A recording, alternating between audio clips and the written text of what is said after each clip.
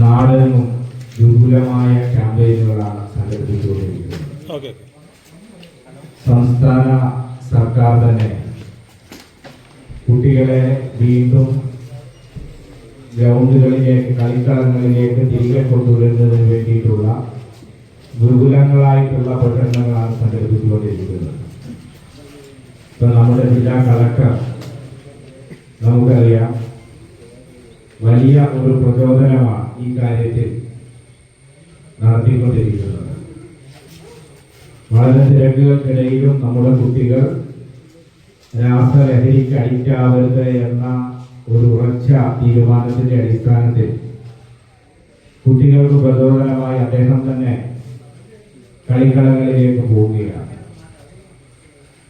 ഇനി മനോഹരമായ ഗ്രൗണ്ടിന് വേണ്ടി നിങ്ങൾ കാത്തിരിക്കേണ്ടതില്ല. കണ്ടം ക്രിക്കറ്റ് ആണെങ്കിൽ കണ്ടം ക്രിക്കറ്റ് ഞാനും ഉണ്ടാവും എന്നറിയിച്ചുകൊണ്ടാണ് ജില്ലാ കളക്ടർ അത്തരമൊരു ക്യാമ്പയിനുമായി മുമ്പോട്ട് പോകുന്നത്. അപ്പോൾ ആ ജില്ലാ കളക്ടറുടെ ആ ഇടപെടലിന് ഒരു പിന്തുണ കൊടുക്കുക.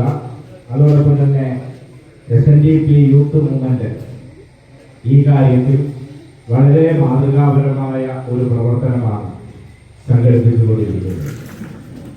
ശ്രീനാരായണ പ്രസ്ഥാനങ്ങൾ നമുക്കറിയാം മദ്യത്തിനെതിരായി അതിശക്തമായ നിലപാടെടുത്ത ഒരു പ്രസ്ഥാനമാണ്. മഹാഗുരു തന്നെ മദ്യം ഉണ്ടാക്കുന്ന വിപത്തിനെ സംബന്ധിച്ച് സൂചിപ്പിച്ചിട്ടുണ്ട്. പുതിയ കാലഘട്ടത്തിൽ രാസലഹരികൾ നമ്മുടെ ചെറുപ്പക്കാരെ കീഴടക്കുമ്പോൾ അതിൽ നിന്നും യൂത്തിനെ രക്ഷിക്കുക എന്ന ഒരു വലിയ ഉത്തരവാദിത്തം ഏറ്റെടുത്തുകൊണ്ട് SNDP യൂത്ത് മൂവ്മെന്റ് വിപുലമായ പ്രവർത്തനമാണ് സംഘടിപ്പിച്ചുകൊണ്ടിരിക്കുന്നത്. കഴിഞ്ഞ കുറേ ദിവസങ്ങളായി ഈ പത്തനംതിട്ട SNDP യൂണിയന്റെ കീഴിലുള്ള വിവിധ ശാഖകളിൽ ഉൾപ്പെടെ വിവിധങ്ങളായിട്ടുള്ള പ്രവർത്തനങ്ങൾ സംഘടിപ്പിച്ചുകൊണ്ടിരിക്കുകയാണ്. തീർച്ചയായും SNDP യൂത്ത് മൂവ്മെന്റിനെ അങ്ങേയറ്റം ഞാൻ അഭിനന്ദിക്കുന്നു.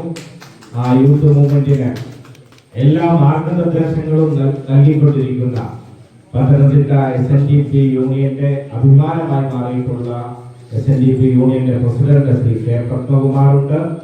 SNDP യോഗത്തിന്റെ അസിസ്റ്റന്റ് സെക്രട്ടറി സുന്ദരേശൻ സാറുണ്ട്. അവരെയെല്ലാം അങ്ങേയറ്റം അഭിനന്ദിച്ചുകൊണ്ട് ഈ മാർച്ച് ഉദ്ഘാടനം ചെയ്തുകൊണ്ട് എന്റെ വാക്കുകൾ ഉപസംഹരിക്കുന്നു.